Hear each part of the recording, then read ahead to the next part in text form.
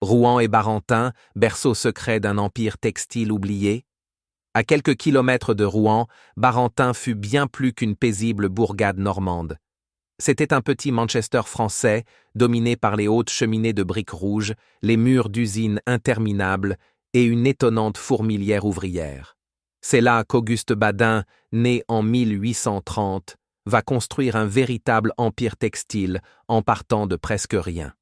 À 12 ans, Auguste commence dans une filature à Barentin. À 17 ans, il la dirige.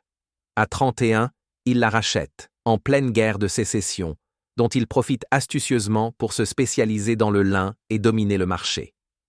Visionnaire et infatigable, il fait ériger une cheminée de 90 mètres de haut, véritable totem industriel, emploie jusqu'à 3800 personnes et exporte jusqu'en Russie avec la société cotonnière russo-française.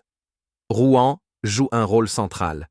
Au port affluent les précieuses matières premières, et c'est là que se déploie la fameuse rouennerie, ces toiles en coton ou en laine aux motifs raffinés, teints avant le tissage. Mais ce qui frappe, c'est le modèle social inédit que Badin impose à Barentin. Une site ouvrière pionnière, un orphelinat, une crèche, une école, des clubs sportifs, une fanfare, des jardins ouvriers, un hôpital, un sanatorium. Il crée une ville dans la ville, bien avant l'État-providence. On naissait, on vivait, on mourait. Badin.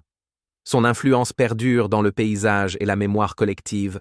À Barentin, la rue Auguste Badin, le stade Georges Badin et d'anciens bâtiments industriels témoignent d'une époque où Rouen et ses environs étaient le cœur battant du textile français.